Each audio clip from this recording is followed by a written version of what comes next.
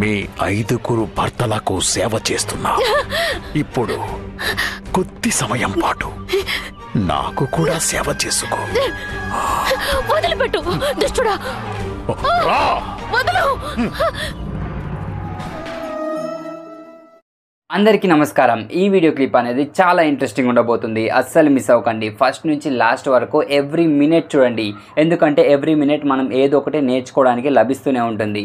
And వీడియోలోకి వెళ్ళే ముందు ఒక లైక్ అయితే వేయండి గైస్, నాకు సపోర్ట్గా ఉంటుంది. సో ఇక లేట్ చేయకుండా వీడియో చూసేద్దాం రండి.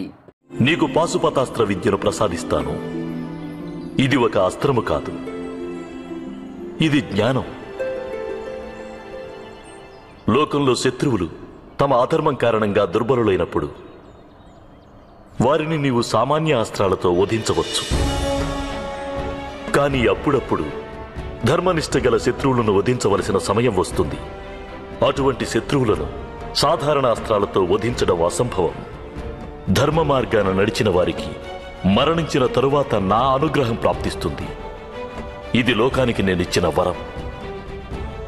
కావున పాశుపతాస్త్రం ధర్మనిష్ట గలవారిని మరణానంతరం నా సన్నిధికి చేరుస్తుంది. పాశుపతాస్త్రాన్ని స్వీకరించు పుత్రా, నీకు జయం కలుగుగాక.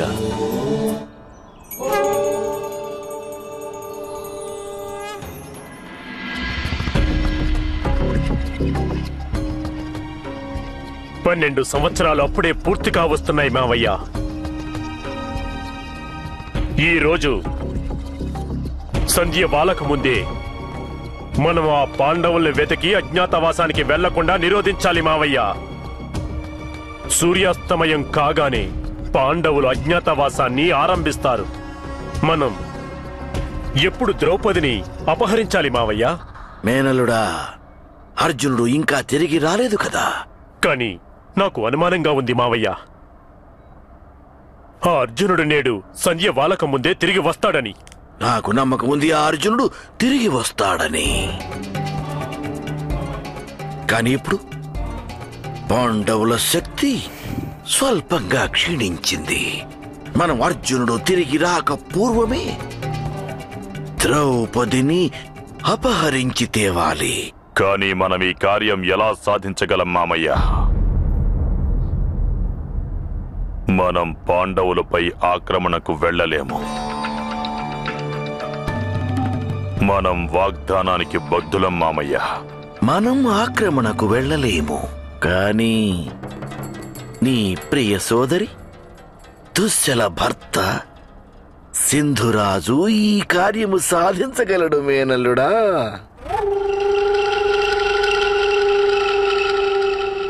మేము నీకు సహాయం చేయాలనే ఇచ్చటకు విచ్చేశాము దుర్యోధన.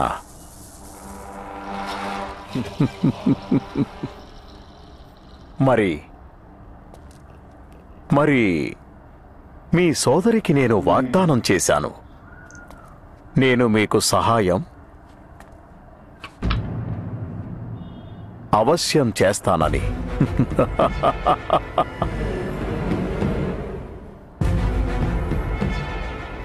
విచ్చేయండి సింధురాజా, ఆశీనుల కంటే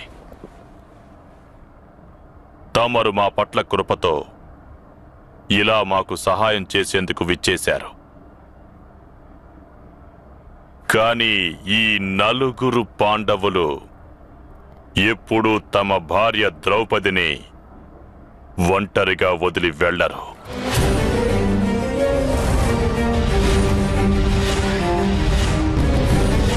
ఎవరో ఒకరు అవశ్యం ద్రౌపది రక్షణ కోసమై ఆమెతో ఉంటారు. 4 400 మందైనా ఒకేసారిగా పరాజితం చేసి మేము ద్రౌపదిని తీసుకువస్తాము. సింధురాజా, మీరు దుశ్శలకు భర్త, ఈ హస్తినాపురికి జామాత. మీరు ఇందువల్ల నాకు మిమ్ము అవమానించడం ఇష్టం లేదు. మండూకం తన గొంతును ఉబ్బించినంత మాత్రాన అది వృషభంగా ఎన్నటికీ మారలేదు.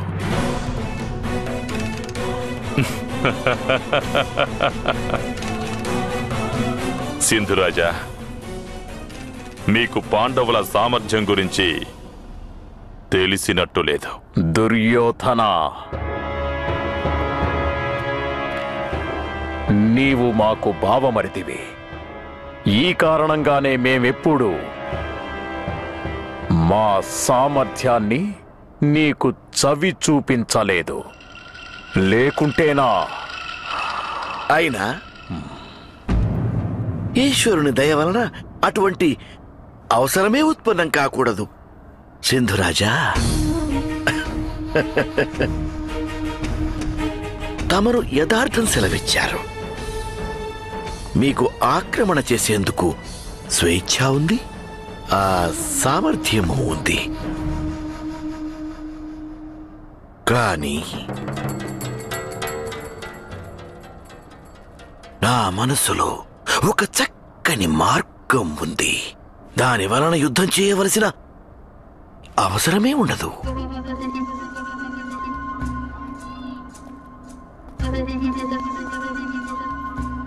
యుధిష్ఠిరుడు ప్రతిదినం ప్రాతకాలం సంధ్యావందనం కోసం నదీ తటానికి వెళ్తుంటాడు. భీముడు ఇంకా సహదేవుడు భిక్షార్థులకు అన్నదానం చేసేందుకని గ్రామానికి వెళ్తుంటారు. మిగిలిన వాడు నకులుడు రోజు మధ్యాహ్నం వరకు ఒంటరిగా ద్రౌపది రక్షణ కోసం చెంతనే ఉంటాడు. ఒకవేళ మనం ఏదో విధంగా నకులుని కుటీరం నుంచి దూరంగా తీసుకువెళ్తే ఇక మీరు యుద్ధం చేయకుండానే ద్రౌపదిని అపహరించుకురావచ్చు.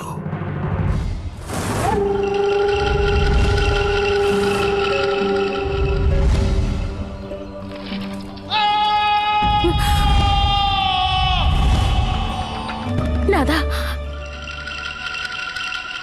మీ అగ్రజుని గొంతులా ఉంది నాదా. కాదు పాంచాలి, సంధ్యావందనం చేసేవారికి ఆపదెలా వస్తుంది? ఏదైనా ముసలి వచ్చి పట్టుకుని ఉండొచ్చు, లేక ఎవరైనా యక్షుడో రాక్షసుడో.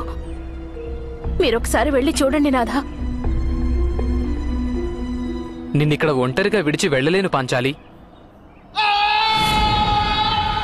వారు మిమ్మల్ని సాయం కోసం పిలుస్తున్నారు. మీరు వెళ్ళి చూడండి నాదా. కన్ను మూసి తెరిచేలోగా మీరు వచ్చేస్తారు. ఇంతలోనే ఏం జరుగుతుందని. మీరు వెళ్ళండి నాదా. కాని పాంచాలి, నేడు వనవాసానికి ఆఖరి రోజు. ఆ దుర్యోధనుడు ఏదైనా పథకం వేయవచ్చు. అదే భయం నాకు. అవశ్యం దుర్యోధనుడే ఒంటరిగా చూసి ఆర్యపుత్రులు యుధిష్ఠిరునిపై దాడి చేసి ఉండవచ్చు. మీరు వెళ్ళి చూసి రండి నాదా. ఆర్యపుత్రులు భీమ సహదేవులు తిరిగి వచ్చేటంత వరకు నేను ఈ కరవాలంతో నన్ను నేను రక్షించుకోగలను. మీరు వెళ్ళి రండి నాదా.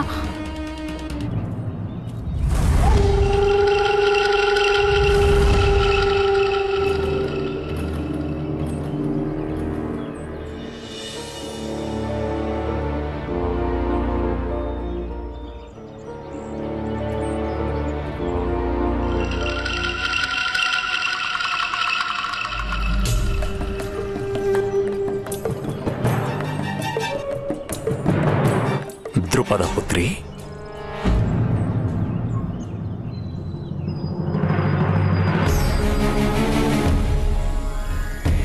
ఎవరవు నీవు? మా కుటీరం వద్దకు ఎందుకు వచ్చావు? నేనా? నేను సింధురాజు జయద్రథుడిని, దుశ్శల భర్తను. సింధు నరేసుల ప్రణామాలు. విచ్చేయండి.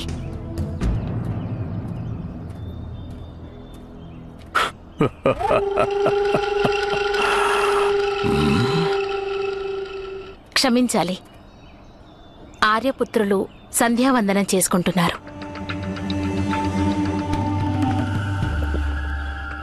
అది నాకు తెలుసు. నేను అక్కడే గుప్తంగా వేచి ఉన్నాను. వారు అలా వెళ్ళగానే నేను ఇలా వచ్చేశాను. అగ్రజ! అగ్రజ ఎక్కడున్నారు? అగ్రజ! అగ్రజ! నకుల, నీవిక్కడేం చేస్తున్నావు? నేను మీ ఆర్తనాదం విన్నాను. మీరు సహాయం కోసం పిలిచారు. నేను నదిలో మునిగి ప్రాణాయామ అభ్యాసం చేస్తున్నాను. ఇది అవశ్యం ఎవరో దుష్టుల కుట్రలా ఉంది అగ్రజ.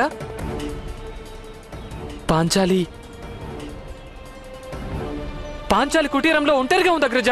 త్వరగా రండి. ఏమిటి దౌర్జన్యం సింధురాజా?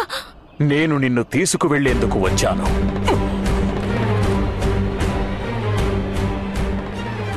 మీ 5 భర్తలకు సేవ చేస్తున్నా. ఇప్పుడు కొద్ది సమయం పాటు నాకు కూడా సేవ చేసుకో. వదిలిపెట్టు దుష్టుడా. వదలు.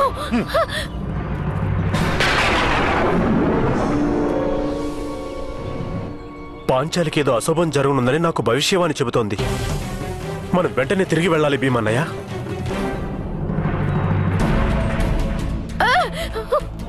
వదలు. నాదా! నాదా! నాదా! వదలు. నాదా! నాదా! పాంచాలి! నాదా! పాంచాలి! వదలు. నాదా! ఆగు సింధురాజా! నాదా!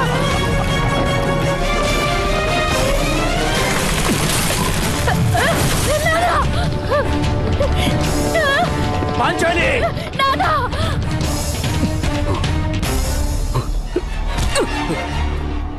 భీమా, దుశ్శల భర్త అగ్రజ పాంచాలిని అపహరించుకుని తీసుకువెళ్తున్నాడు. అవశ్యం సింధు రాజ్య సరిహద్దులకు తీసుకువెళ్లాలని ప్రయత్నిస్తున్నాడు. అక్కడికి చేరే ముందే మనం వాణిని నిరోధించాలి.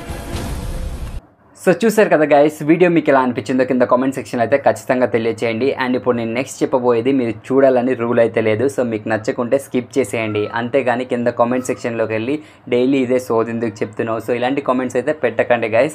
యూస్ఫుల్ కామెంట్స్ మాత్రమే పెట్టండి. అండ్ ఇప్పుడు నేను వీడియో గురించి చెప్పబోయేది ఏంటంటే, సో మీరు వీడియో నుంచి ఏం నేర్చుకున్నారో అది కింద కామెంట్ సెక్షన్లో ఖచ్చితంగా తెలియచేయండి. ఎందుకంటే మనం వీడియో నుంచి ఒక్కొక్క మినిట్ ఒక్కొక్కటి నేర్చుకుంటాం మనం. సో అందుకనే మీరేం నేర్చుకున్నారో అది కామెంట్ సెక్షన్లో తెలియజేస్తే దాన్ని ఎంతోమంది చదువుతారు, అందుకు వాళ్ళకు కూడా యూజ్ అవుతుంది. సో అందుకనే మీరు ఏం నేర్చుకున్నారో అది కామెంట్ చేయండి. అండ్ ఏమీ లేదు అంటే జై శ్రీ కృష్ణ, జై శ్రీ రాధాకృష్ణ, సో ఇదన్నా టైప్ చేయండి. అండ్ అలాగే మనం హరహర మహాదేవ, జై గణేష ఈ సీరియల్స్ కూడా అప్లోడ్ చేస్తున్నాం. కాకపోతే అది ఈ ఛానల్లో చేయడం కుదరదు, ఎందుకంటే ఇందులో ఆల్రెడీ మనం రాధాకృష్ణ పెడుతున్నాం అండ్ అలాగే ఇంకొక సీరియల్ పెడుతున్నాం. సో అందుకని వేరే ఛానల్ అయితే పెడుతున్నాను. దాని ఛానల్ కింద డిస్క్రిప్షన్లో అయితే ఆ ఛానల్ లింక్ అయితే ఉంటుంది గైస్. సో వెళ్ళి అందులో మీరు చూడొచ్చు. హరహర మహాదేవ అండ్ అలాగే జై గణేష సీరియల్స్ కూడా వస్తాయి అందులో. సో అది గైస్. అండ్ ఇంకొక పాయింట్ ఏంటంటే, చాలామంది కామెంట్స్ చేస్తున్నారు వాళ్ళని చూసి నేర్చుకోండి, వీళ్ళని చూసి నేర్చుకోండి అని. అసలు యూట్యూబ్లో ఇలాంటి కంటెంట్ అనేది పెట్టడం స్టార్ట్ చేసింది మనమే గైస్. సో మనల్ని చూసి చాలామంది ఇన్స్పైర్ అయి చేశారు. నేనైతే మనల్ని కాపీ కొట్టేశారని నేను అనట్లేదు, మనల్ని చూసి ఇన్స్పైర్ అయి పెట్టారు అని చెప్తాను. కాకపోతే సబ్స్క్రైబర్స్లో కొంతమంది ఏమంటున్నారంటే, వాళ్ళని చూసి నేర్చుకోండి, వాళ్ళు డైలీ 3 వీడియోస్ పెడుతున్నారు, 4 వీడియోస్ పెడుతున్నారు అని చెప్తున్నారు. సో నేనైతే మీకోసం అని డైలీ 3 వీడియోస్ అనేవి అప్లోడ్ చేస్తున్నాను. రాధాకృష్ణ అప్లోడ్ చేస్తున్నాను, మహాభారత్ అప్లోడ్ చేస్తున్నాను అండ్ అలాగే ఎక్కడ లభించని హరహర మహాదేవ అనేది కూడా అప్లోడ్ చేస్తున్నాను గైస్. సో వీళ్ళంతా లైక్ వేరే ఛానల్స్ వాళ్ళు మనల్ని చూసి అయితే ఇన్స్పైర్ అయి పెట్టారు. కాకపోతే సబ్స్క్రైబర్స్ కొంచెం రాంగ్గా అర్థం చేసుకుంటున్నారు. సో మీకు ఇంకా క్లియర్గా కావాలనుకుంటే మన డిస్క్రిప్షన్ అవనండి, మన అబౌట్ సెక్షన్ అవనండి, వెళ్ళి కంపేర్ చేయండి. మనదే డిట్టో కాపీ చేసి అక్కడ పేస్ట్ చేసేస్తారు. నేను చాలా ఛానల్స్ అయితే చూశాను. సో అది గైస్ చెప్పాలనుకుంటున్నాను. ఇదేంటంటే నేను మీకు ఏదో చెప్పాలని కాదు, చాలామంది కామెంట్స్ పెడుతున్నారు కాబట్టి నేను వాళ్ళకి ఆన్సర్ ఇస్తున్నాను. అండ్ ఇంకొక విషయం వచ్చేసి, వీడియో అనేది లాంగ్గా పెట్టండి అండ్ అలాగే ఫుల్ స్క్రీన్ పెట్టండి అంటున్నారు. సో అది పెట్టడం కుదరదు గైస్, ఎందుకంటే కాపీరైట్ క్లెయిమ్స్ అండ్ స్ట్రైక్స్ అనేవి వస్తాయి. సో అలా పెడితే మన ఛానలే రిస్క్లో ఉంటుంది. సో ఎందుకనే పెట్టడం కుదరదు, అర్థం చేసుకోండి. అండ్ అలాగే వీడియో లెంత్ అనేది పెంచుతాను గైస్. సో వీడియో లెంత్ కూడా పెంచుతున్నాను. మీరు మరీ బొత్తుగా 5 మినిట్స్ 6 మినిట్స్ పెడుతున్నారు, మీరు అంతసేపు మాట్లాడుతున్నారు అంటున్నారు. సో నేను మాట్లాడేది మాత్రం ఏమి చూడకండి, వీడియో చూసేయండి అండ్ మీకు నచ్చింది కామెంట్ చేసేయండి, వెళ్ళిపోండి. సో అంతే గైస్. అండ్ వీడియోని లైక్ చేయడం మాత్రం మర్చిపోకండి, ఎందుకంటే చాలా మందికి రీచ్ అవుతుంది. తెలుస్తుంది. మన ఈ సీరియల్స్ ఉన్నాయని ఎంతోమందికి తెలీదు, చాలామందికి. సో వాళ్ళకి తెలుస్తుంది, వాళ్ళు కూడా చూడడం అనేది స్టార్ట్ చేస్తారు. సో ఇది నేను చెప్పాలనుకుంటున్నాను గైస్. అండ్ నెక్స్ట్ వీడియోలో కలుద్దాం. జై శ్రీకృష్ణ.